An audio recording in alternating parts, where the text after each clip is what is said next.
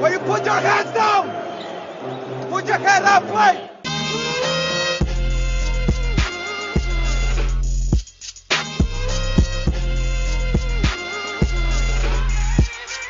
Lep pozdrav vsem, moje ime je Matej Petek, čez nekaj trenutkov pa se mi pridruži še Blaž Bertalanič, s katerim sem za vas analizirala začetek sezone Dallas Mavericksov s poudarkom na to zadnjo tekmo proti Lakersom, izjemno tekmo, lepotico začetka sezone v NBA.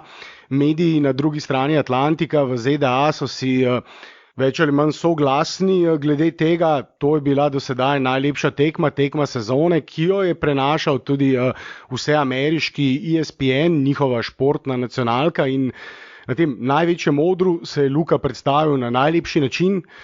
Mnogi pravijo, to je bila tekma, ko je Luka dokončno prispel. Če po njegovi rookie sezoni še bilo nekaj dvomljivcev, ki so mislili, da je morda bilo to naključje, da je morda presenetil obrambe in ga nasprotniki niso dobro poznali, sedaj seveda ni več nobenega dvomljivca. To je bila verjetno tista, kot pravijo Američani, defining tekma, defining moment, tekma, ki bo na nek način definirala Lukovo kariero. Zakaj je temu tako? In kot sem dejal, v samem začetku sezone Dallas Mavericksov, pa v analizi, ki sledi, predtem pa samo na kratko, tako kot vedno, če lahko seveda všečkate tale posnetek in če se lahko, tisto, kar je še bolj pomembno, naročite na naš Sportinfo.si YouTube kanal. Blizu 2000 naročnikov smo že in z večjim številom naročnikov bomo verjetno tudi bolj redni s takimi analizami, zato nam pomagajte seveda z naročnino in zraven kliknite še tisti zvonček, ki vas bo obvestil o vsakem novem podcastu. To je tista zelo koristna zadeva, da boste seveda dobili obvestilo, novi podcast je objavljen, se naročite in kliknite ta zvonček in seveda, če lahko isto storite tudi na naših SoundCloud in iTunes platformah, Sportinfo.si, povsod, če se lahko naročite, všečkate, pustite kakšen komentar in oceno. Na iTunesih nam to še posebej pomaga, vsak komentar in vsaka ocena, seveda čim višja, izjemno pomaga, zato smo vam hvaležni za vsak všeček, oceno, komentar in vse ostalo. Zdaj pa, da ne bom izgubljal časa s tem, kar vas zagotovo ne zanima, pa kar pokličem Blaža, ki se mi bo pridružil in gremo kar veselo na delo. Doncic, deep right side, crossover, step back, over James, he hits.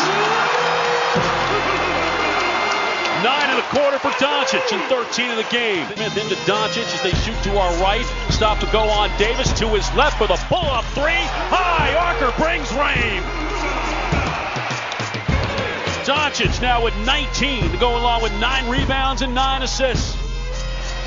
As Doncic will throw it up for Porzingis, a hill dunk, as McGee was late getting there, and McGee commits the foul.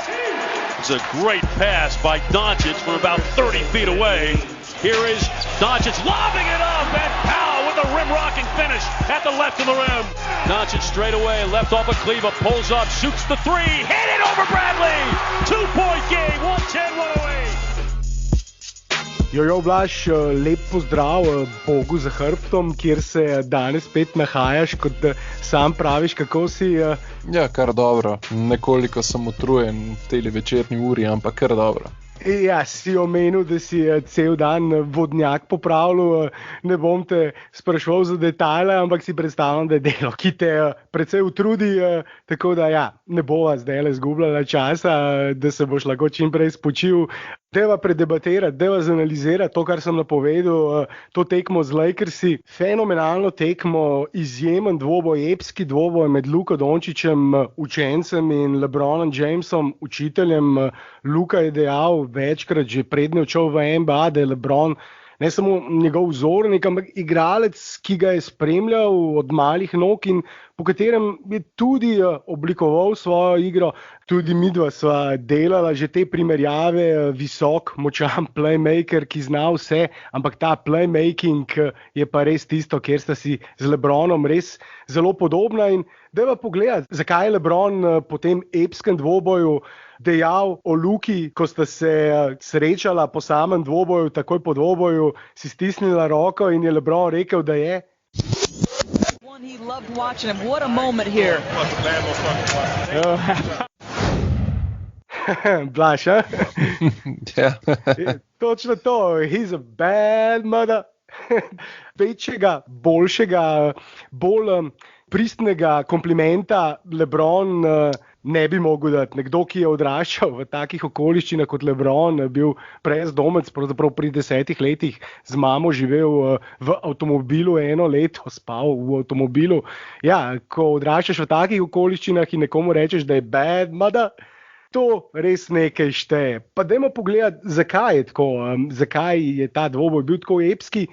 Pa začniva tam, kjer se pogosto začne. Sicer pogosto pravijo, da je statistika kot bikini in tiste najbolj pomembne stvari skrije, ampak dajmo najprej pogledati, kaj razkrije kot neko izhodiščno točko te analize. Luka Dončić, 31 točk, 15 podaj, 13 skokov, 44,4% met za 3, 4 od 9 trojke zadev, 44%, malce manj 43,5% met iz igre, 10 od 23 metov iz igre, torej gledano v celoti. Na drugi strani pa LeBron še nekaj boljši, še malce boljši, 39 točk, 16 podaj, 12 skokov, 56,5% iz igre, tako kot Luka je vrgel 23 metov, to da zadev 3 več, 13 in isti odstotek meta za 3 kot Luka, 4 od 9 trojke zadev, 9 od 11 prostih metov, Luka 7 od 8. Luka bi si verjetno zaslužil kakšen prosti met več na koncu. Kaj praviš, Blaž? Ja, definitivno bi si zaslužil še kakšen prosti met več, ampak to je pač liga NBA, tukaj ime šteje veliko in Lukovo ime pri sodnikih očitno še ni tako zelo veliko, kot je pri navijačih nasplošno v ligi NBA. In ko ravno omenjava te proste mete in morda lahko tudi nekoliko pogledava tisto zadnjo odločitev sodniško, predvsem hočem to povedati v kontekstu tega, da to so pač enostavno bili Lakersi in Lakersi imajo nek svoj renome pri sodnikih in mislim, da je tista zadnja akcija, ko je recimo Howard potegnil Seta Curryja, da je zamudil potem na izenačujoči trojki Greena, bil to ta Lakers efekt, recimo temu, no, tako da zato so sodniki namerno, nenamerno, podzavestno, nepodzavestno, zavestno, kakorkoli naredili napako, ampak mislim to predvsem na račun imena Lakersi in pa seveda, kaj ta franšiza pomeni v ligi NBA. Ni pa to edina sodniška napaka, Blaž. Ravno kar sva si ogledala Last 2 Minutes Report, poročilo zadnjih 2 minut, ki ga liga, njihova sodniška služba, izda po vsaki tekmi, kjer vsako sodniško odločitev na tekmah, ki so zelo izenačene, pregledajo, analizirajo in je to poročilo ugotovilo nekaj napak, ne da, Blaž? Torej ja, bile so tudi druge napake, ampak če še nekoliko bolj orišem to napako, ki se je zgodila pri akciji med Dwightom Howardom in pa Setom Curryjem. Namreč Dwight Howard je postavljal blok Dannyju Greenu oziroma postavljal blok na Setu Curryju, zato da Danny Green sam pride do neoviranega meta za 3 točke. Seth Curry je hotel iti mimo tega bloka, pri tem ga je Howard dejansko zagrabil za dres, tudi za ramo, se lahko vidi iz posnetka in ga zadržal ravno dovolj časa, da je Green lahko neovirano vrgel met in seveda zadev za izenačenje in tako izsilil podaljšek. Ta druga situacija se je pa zgodila 14 sekund do konca tekme, ko je po Bradleyjevem zgrešenem metu Anthony Davis storil prekršek nad Luko, ki pa tudi ni bil piskan. Tako da to sta recimo 2 situaciji, ko če bi sodniki piskali, bi šla žoga v roke Dallasa in verjetno bi te na koncu tudi odločili tekmo v svojo korist. Seveda pa ena stvar, ki jo treba tudi omeniti, so zgrešeni prosti meti. Na koncu tudi tisti prosti met, ki če bi ga Powell zadev, bi imeli dovolj prednosti pri Dallasu, da bi tekmo končali in verjetno tudi zmagali, tako pa zopet prosti meti krvniki Dallasa pri tako izenačenih tekmah proti tako dobremu nasprotniku, kot so Lakersi, je pač to treba zadevati. Ja, Blaž, prosti meti so ena tema, o kateri bi morda lahko kakšno besedo še rekla, ampak bi jaz samo za trenutek pri tem sodniškem poročilu zadnjih 2 minut se ustavil, oziroma pri sodniških napakah, nasploh ti si omenil te 2 sodniški napaki, ki sta priznani, če tako rečemo, ki so jo sodniki oziroma sodniška služba NBA jih je priznala, torej spregledana osebna na Luki in tale zadnja situacija, ki se je ti orisal, ki seveda ne pušča nobenega dvoma, da je bila res izjemno očitna, ko si ti rekel, zagrabil, dobesedno si uporabil, mislim, da pravo besedo, zagrabil, pograbil, objel, vse je naredil, da ga je zadržal in tako da tukaj ni nobenega dvoma, ampak bilo je še pred tem dosti napak, recimo, ko je Dwight Howard, Luki razbil glavo po ujetem skoku, zgrešenem metu LeBrona, to je bila tudi ena od prelomnih akcij. Po ujetem skoku Luke je Howard sicer nenamerno, mislim, da tukaj ni bilo svoje nobene namere, vendar sta treščila z glavami. Luka je dobil udarec od zadaj, ko je ujel skok in tukaj namerno ali nenamerno, če te nekdo trešči v glavo od zadaj, ko ti ujameš skok, je to faul v 10 od 10 primerov. Za razbito glavo in šive ni storilec Howard dobil nobene osebne. Pa tudi Blaž bi se rad obregnil, sej smo pogosto, recimo malce bolj navijaški, bo kdo rekel, da morda celo niso objektivna, ampak mislim, da tukaj ni prav nobenega dvoma, recimo sodniški kriterij pri Luki je bil slab na obeh straneh parketa. Tudi recimo ta druga osebna v napadu je Doris Burke med samim prenosom odkrito povedala, da se njej to ne zdi osebna v napadu, ki jo je prejel Luka. Na drugi strani, ko je pa LeBron v isti situaciji podobno storil, off-hand, uporabil roko, pri prodoru te osebne njemu niso dosodili, ki so Luki predtem piskali. In pa recimo tretja osebna Luke, že spet situacija, ko se je LeBron postavil, je bila zelo tako 50-50 situacija, bi temu rekli, kjer so seveda Luki piskali že spet prekršek v napadu.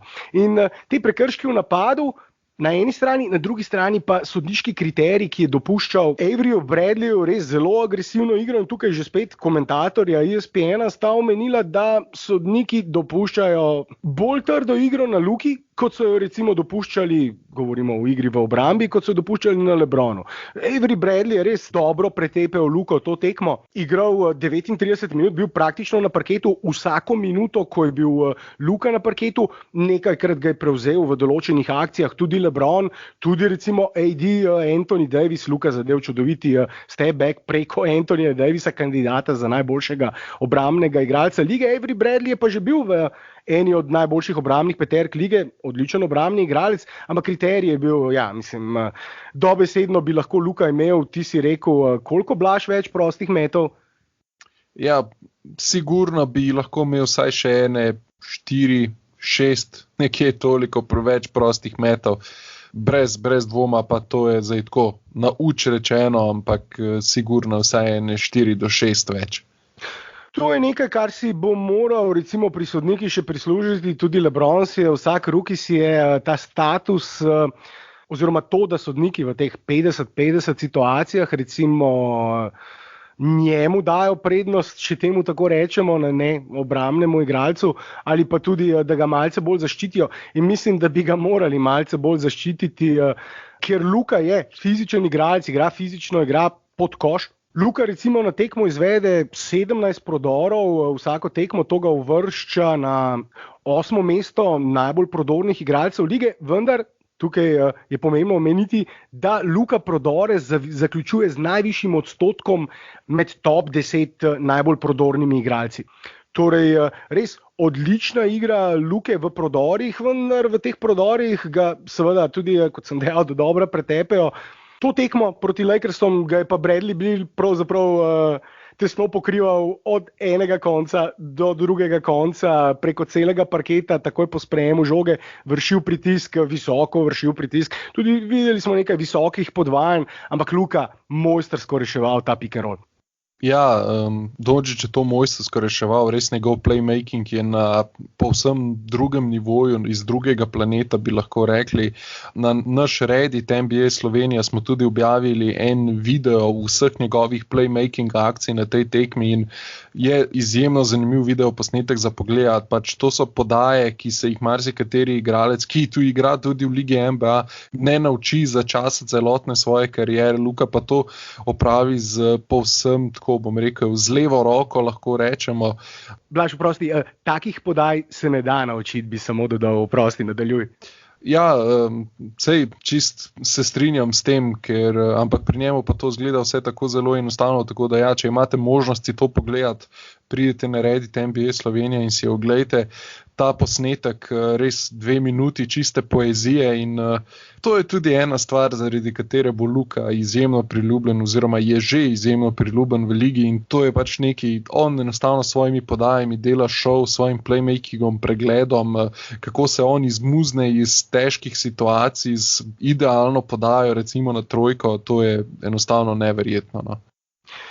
Ja, kot sem že večkrat rekel, poimenoval Luko pick and roll Mozart. Mislim, res, tisti dal poezija, ja, poezija ali pa kompozicija Mozartova, kaj pa vem, kako bi temu rekli, ampak v vsakem primeru masterpiece, performance, kar se tiče podajanja.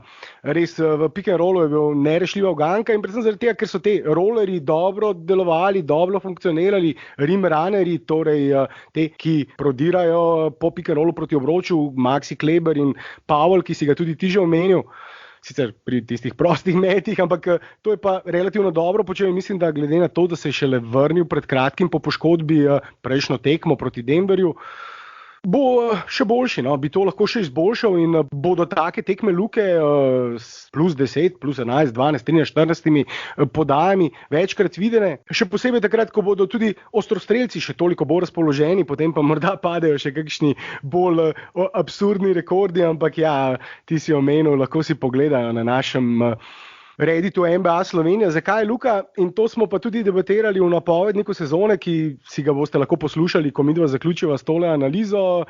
In kar jaz pogosto rad rečem, Luka je boljši podajalec kot skorer. On je fantastičen skorer, on je lahko top 5 skorer v ligi, top 3 potencialno. Ampak lahko je pa tudi najboljši podajalec lige, najboljši peser, eden najboljših podajalcev vseh časov. Mislim, da ima ta potencial in da je pri obeh teh kategorijah tako dobro, zato seveda govorimo o generacijskem igralcu, o igralcu, ki se zgodi enkrat na x let, xy let in dobro, da ne bova preveč zašla, se bova na koncu malce pogledala še Lukovo statistiko do sedaj, ampak sem vas hotel kakšno besedo Blaž reče o napakah Dallasa. Omenila sva sodnike, pojamrala sva o tem, kaj so sodniki naredili narobe, ampak je tudi Dallas delal napake. Mislim, tisto, kar bi jaz recimo rekel, je, da bi Dallas lahko zmagal na koncu tem sodniškim napakam navkljub. Ta zadnji napad, ki si ga omenil, 3 točke prednosti so imeli, trojko so rabili Lakersi, Dallas ni naredil osebne. Po koncu tekme je Carlisle povedal, da je načrt bil, da delajo osebno in da prevzema on odgovornost za to, da osebne niso naredili.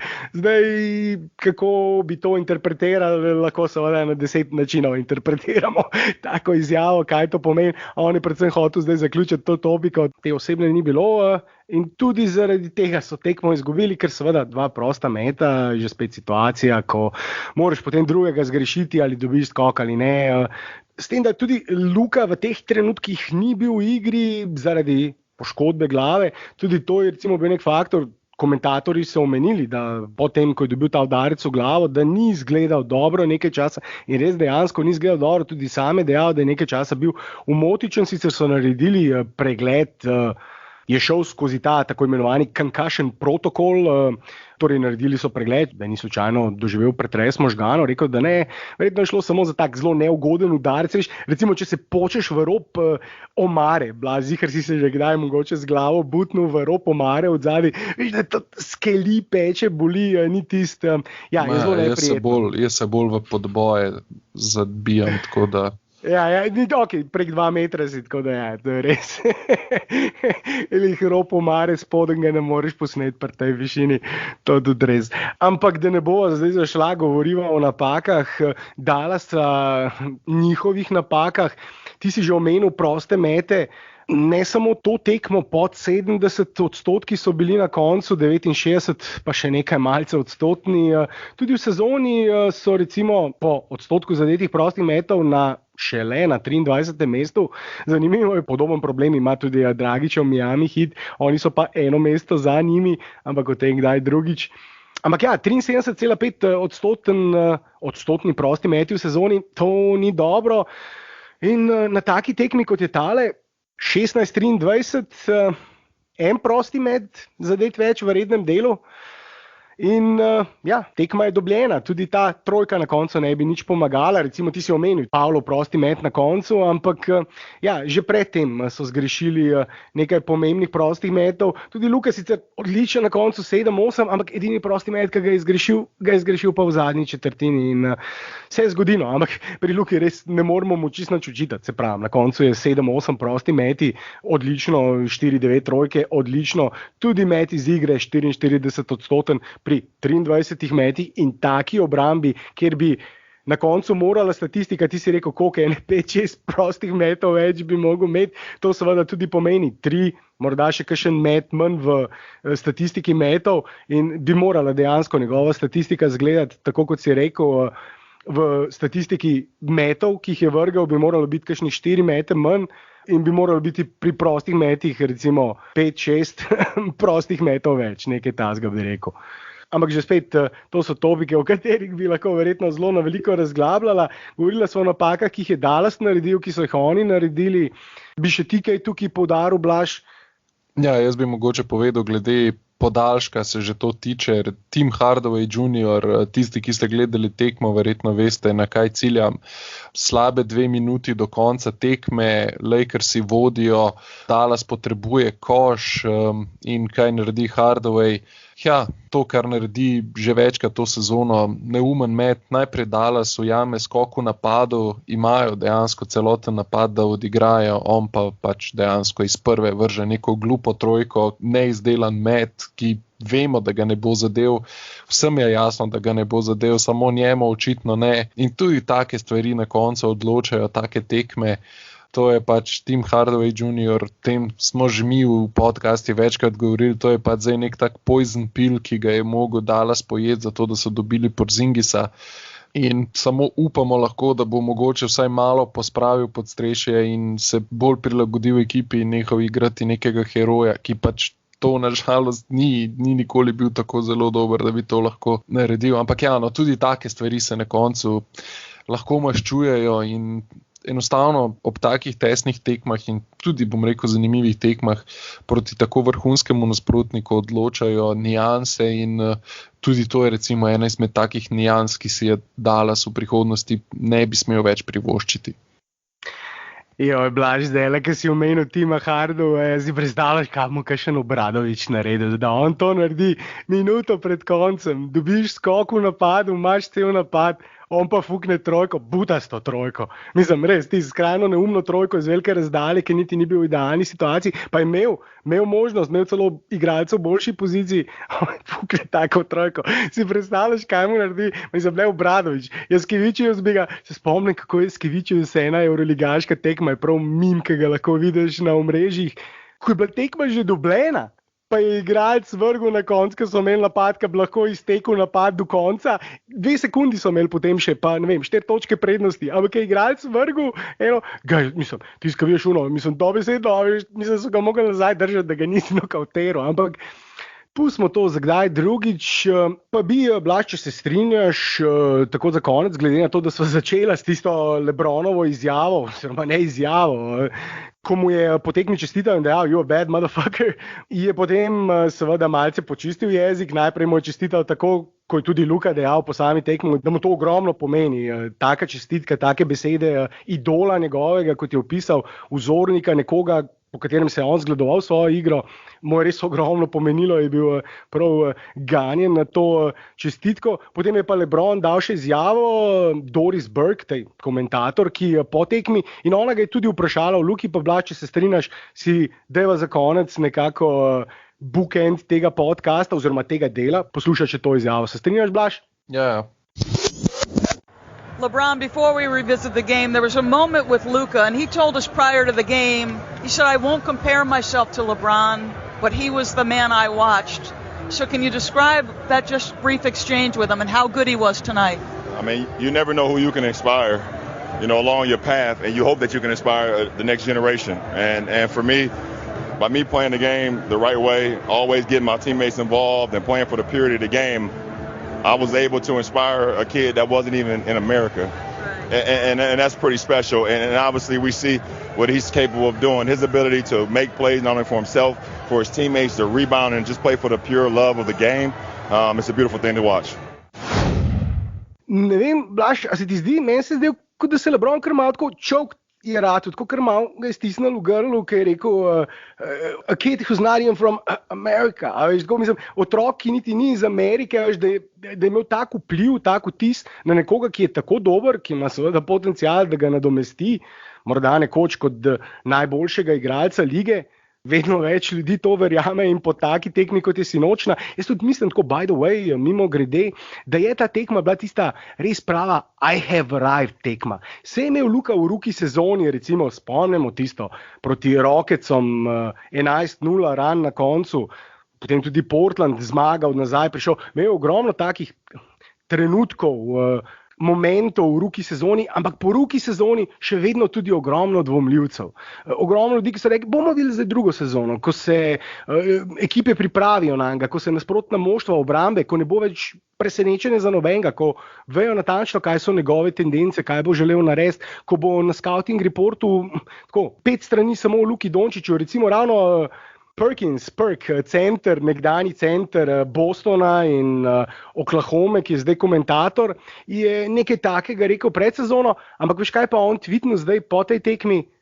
Luka bo kmalu v parih letih MVP. Pa je hejter recimo evropskih igralcev, ne mara evropske igralce, ampak po tej tekmi je pa tweetnil, Luka bo MVP. Luka is going to be MVP soon, maybe this season, mislim, da je celo to napisal, mogoče celo to sezono, ne bom zdaj šel tweeta iskati. Ampak kar želim povedati, mislim, da po tej tekmi dvomljivcev ni več. Ko tako obrambo igrajo na tebi, ko te tako pretepejo, ko si pod takim pritiskom in tako odigraš, potem veš, da si prispel. Potem ni več dvomljivcev, ko LeBron da stamp of approval, ko reče LeBron, you a bad motherfucker, a veš, potem to je to. Mislim, to je to, Blaž. In mislim, da je to ta trenutek, v katerem je prispel in zdaj po 5 tekmah Luka je, recimo, kar nekaj komentatorjev po tekmi, nekdanjih igralcev, če gledaš oddaje na ESPN-u, Yahoojevo postgame oddajo, kjer je Quentin Richardson recimo rekel, podobno kot je Perkins tweetnul, da bo Luka to sezono že v MVP pogovorih, da bo MVP kandidat, če bo seveda ekipa zmagovala, če bodo uspešni, če bodo imeli dovolj zmag, bo Luka med MVP kandidati in mislim, da to že spet stvar, o kateri smo debatirali tudi v našem sezonskem napovedniku, ki smo ga posneli že pred seveda temi tekmami, ampak ga bomo zdaj objavili nekako tak celoten zaključek, sva rekla, da morava dodati še eno aktualno tekmo, ampak mislim, da ta naša sezonska napoved ne odstopa dosti od tega, kar so seveda zdaj povedala, je samo bolj dolgoročna projekcija za naprej in ravno te projekcije nekako zdaj je že nekje tam. 26 točk, 26,2 točki, 45,3% met iz igre, 9,6 skoka, 8,4 podaje in 1,8 ukradene žoge, Blaž. Mislim, da je to po teh 5 tekmah je Luka top 10 praktično v večini kategorij. Mislim, je res neverjetno, recimo po podajah je zdaj 6. najboljši v ligi, 6. najboljši podajalec, ampak recimo bolj fascinantno je pa to, da je Luka recimo tudi edini zunanji igralec, če ga tako opišemo, poleg Westbrooka, ki je po številu skokov na tekmo med prvo 20-terico. Mislim, vseh ostalih 20 najboljših skakalcev lige oziroma 18 najboljših skakalcev lige so centri ali krilni centri, 2, ki nista, sta pa seveda Luka in Westbrook. Tako da, ja, res izjemno in seveda tudi po točkah dosega 26,2 točke in tukaj vidim 26,2, 26,4, 26,5, se pravi 26 in še nekaj malega drobiža točk dosega, poleg Luke še Kemba Walker, LeBron James, Bradley Beal, Brandon Ingram in Trae Young. Trae Young je zdaj, verjetno kakšen teden, 2 bo potreboval, lažje si je zvil gležen na eni od tekem. In je tudi izjemno začel sezono in to bo tudi en podcast v prihodnosti, ki ga bova posnela, ampak dajva se zdajle Mavericksov držati, Blaž. Res, fantastična statistika Luke za začetek in MVP statistika, to je MVP statistika, teh 1,8 ukradene žoge me še posebej veseli, boljša igra v obrambi. Luka je tudi po številu, ne samo po ukradenih žogah, ampak v obrambi najdeš tudi nekatere obrambne kategorije statistike, po številu izsiljenih izgubljenih žog igralcev, ki jih pokriva, je on med najboljšimi 5 igralci lige. Torej, izsili ogromno izgubljenih žog. Zdaj, to seveda ne pomeni, da je Luka zdaj elitni obrambni igralec. To ni potrebno te situacije dati tudi v kontekst, vendar je dosti bolj aktiven v obrambi. Sinoči proti Dannyju Greenu v prvem polčasu odlično v obrambi. Danny Green, ko ga je Luka pokrival, ni dal koša. Tudi LeBrona je dobro pokrival, ko ga je prevzel nekajkrat. Ampak potem seveda tretja osebna in potem je pa moral pustiti in se skriti v obrambi. Blaž, kaj bi ti tukaj še dodal svoje mnenje? V bistvu jaz ne bi nič več o Luki dodajal, pač se si ti bolj kot ne povedal vse. Bi pa mogoče omenil samo še Kristapsa Porzingisa, ki sedaj po prvih 5 tekmah po mojem osebnem občutku, tako ko ga gledam, počasi napreduje v neko tekmovalno formo, se mu pa pozna, da je še nekoliko zarjavel, bom rekel, pozna se mu, da eno leto ni igral več kot eno leto ni igral košarke, ampak vidi se pa tudi ta neizmeren talent pri njemu. Recimo opaziš nekatere poteze, ki jih recimo ne more, oziroma ne da ne more, ki jih ne pričakuješ recimo od več kot 220 cm centra. On se na določene trenutke giblje precej bolj kot neko krilo, uteka kot krilo. Videl sem, da je tudi naredil crossover na Anthonyju Davisu in potem na podobroč. Vidi se ta talent, vidi se, da talent je tam, da ni ta poškodba pustila neke hude posledice, ampak nasplošno se mi zdi pa, da je precej zarjavel in tudi, bom rekel, njegova statistika je slab odstotek meta, on zadeva, glede na to, da ni primarni ball handler, zadeva slabimi 42% iz igre, kar je kar slabo, no. Njegove trojke so 33%, ampak prosti meti, tam je pa spet pridemo do teh prostih metov.